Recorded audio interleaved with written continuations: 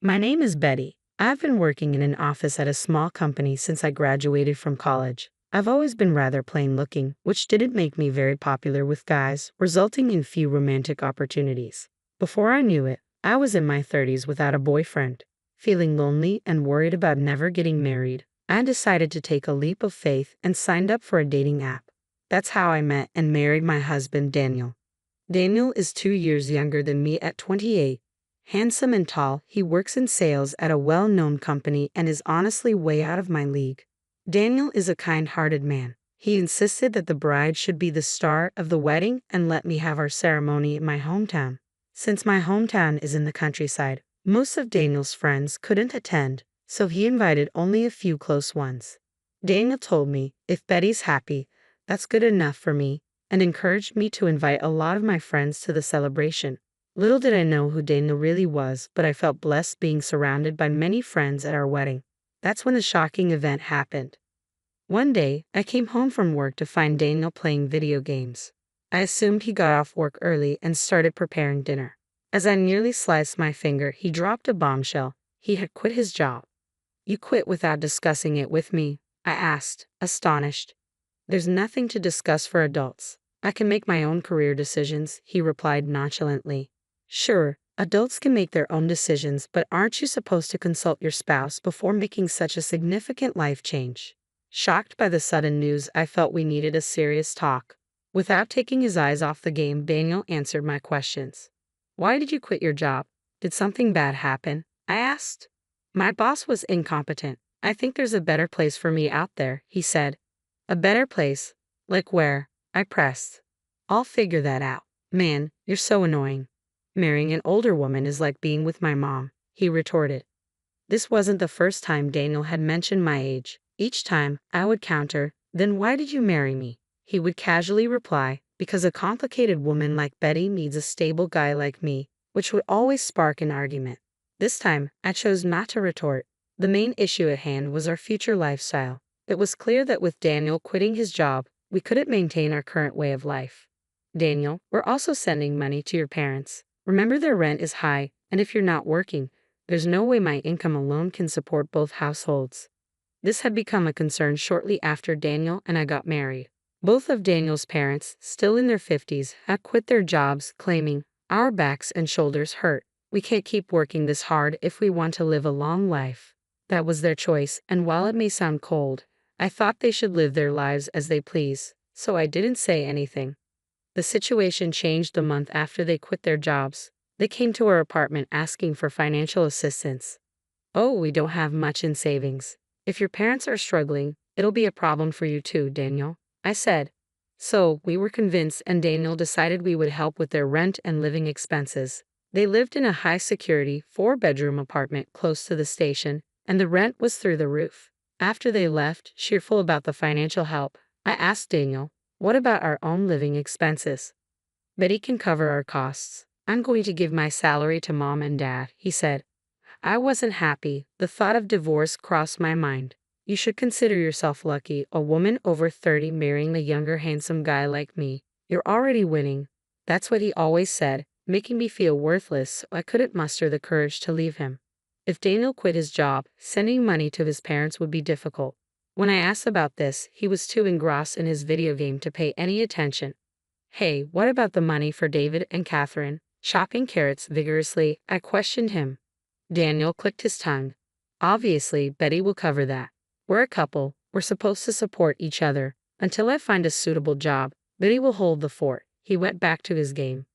I don't make a lot of money, and I was anxious about what the future held. But there was nothing I could do. Life slowly changed. We started draining our savings to help his parents. Daniel, although jobless, did nothing around the house. When I complained, he would say, "I should have never married an older woman. You're all so natty. You don't appreciate having a husband like me." As for his parents, they started complaining about the insufficient amount we were sending. "So, Betty, you're this age and not making much money? Have you been slacking off?" "Well, since Daniel used to be the one supporting you, it's high time you step up," they admonished me. I started doing some freelance illustrator work after my regular job just to bring in more money. Daniel, meanwhile, showed zero interest in looking for a job he considered suitable for himself. My love for Daniel, who spends his days playing video games at home or asking me for money to go to the casino, was running thin. When should we get a divorce? I wondered, thinking about when to divorce, yet what if the rest of my life is just me, all alone, kept me from taking the plunge. Then one day, after work, I was greeted by a stranger while I was in the supermarket. Who are you? You don't remember me, do you? We met at the wedding. I was friends with Daniel. I'm John.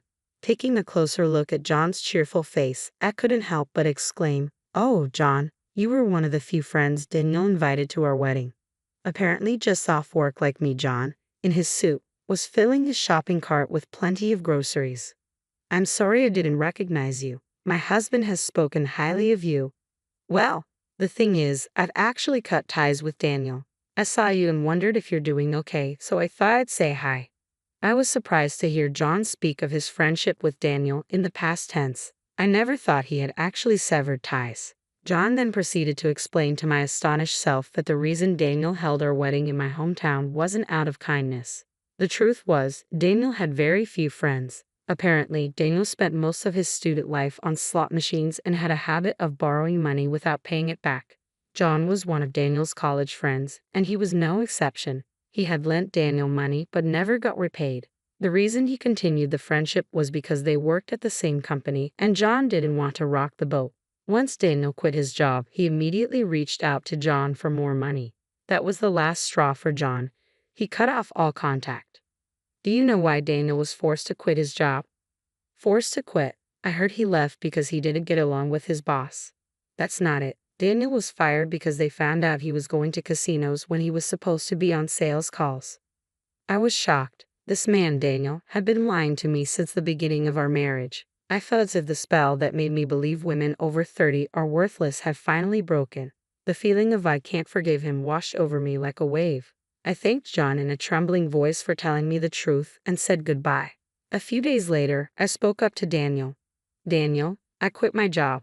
Daniel, finally pausing his video game, looked utterly shocked. I put my mobile phone on the table, its screen displaying my banking app. "I have pretty much run out of savings since I have been sending money to David and Catherine. We have been bleeding cash. You have also been taking money from me for casinos and games. We're out of money." Daniel let out a voice of despair, saying, "What? What the heck is this?" Given that our savings had dwindled down to almost nothing, his despair was understandable. "What are we going to do now? How are we supposed to live if you quit your job when we're already low on money?" "That's not my problem. Speaking of which, I have loans I need to pay back. Could you maybe find a job quickly, Daniel? I want to take some time off and relax at home. Isn't it normal for spouses to support each other? It's hard for me to work now that I'm over 30, so now it's Daniel's turn to support me." Daniel, in disbelief, immediately called his parents. As soon as I told his parents about our situation, they showed up at our house. They began to berate us for not having money, searching the house suspecting we must have hidden it somewhere, but there was no money to be found. "What was this large withdrawal?" they questioned. "That money was used to pay back debts," I answered accurately. That money was used to pay back a loan Daniel had taken from a friend. My own savings weren't enough, so I had to take out another loan to repay Daniel's friend. "Who did you pay back, and why would you even bother paying back a loan now of all times?" "I only paid it back because I heard from John that Daniel had a lot of debt. I think it was the right thing to do." Daniel was the first to start yelling, "Let's divorce." As I calmly explained myself, even my parents-in-law agreed with Daniel. They forced me into their car and took me to the courthouse where I had to file for divorce on the spot. "Glad I won't have to see your broke old face anymore," Daniel said before leaving. I immediately headed to a cafe where John was already waiting. "John, sorry for the trouble. I was able to file for divorce successfully." "Oh good, I was worried, so it's a relief?" Actually, Daniel was the one who told me he wanted a divorce, but this was all a plan between John and me. Simply saying I wanted a divorce would have led to Daniel and his parents making a fuss, as they wouldn't want to let go of their cash cow. I figured the quickest way to sever ties with Daniel and his parents was to prove I had no value as their financial source. Fortunately, my side job as an illustrator had started to pay off, and I had saved quite a bit. I had this money deposited into a bank account that I kept hidden from Daniel and his parents. It's true that I repaid the money Daniel had borrowed from John, but I had actually given John more money than that amount. It was all part of the plan to lower my bank balance, and John was more than happy to go along with it. After successfully filing for divorce, John met me at the cafe to return the extra money. However, the envelope he handed me contained all the money I had given him.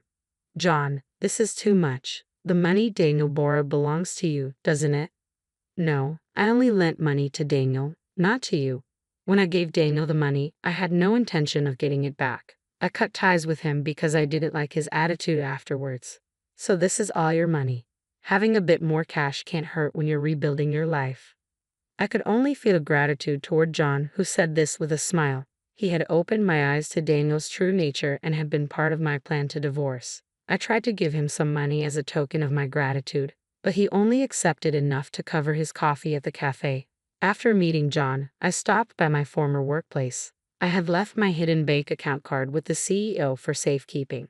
Though my boss understood my situation and regretted my departure, I had no choice but to quit since Daniel knew where I worked and could potentially cause trouble later. "It's been tough, but I wish you all the happiness in the world," he said as my coworkers gifted me a beautiful dress and shoes.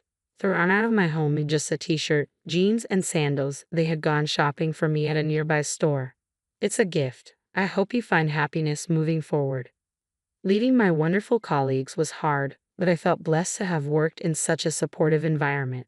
I decided to go back to my parents' house. When I was dragged to court from the home I had shared with Daniel, I had packed my work supplies and valuables in a bag so I could immediately start working as a freelance illustrator.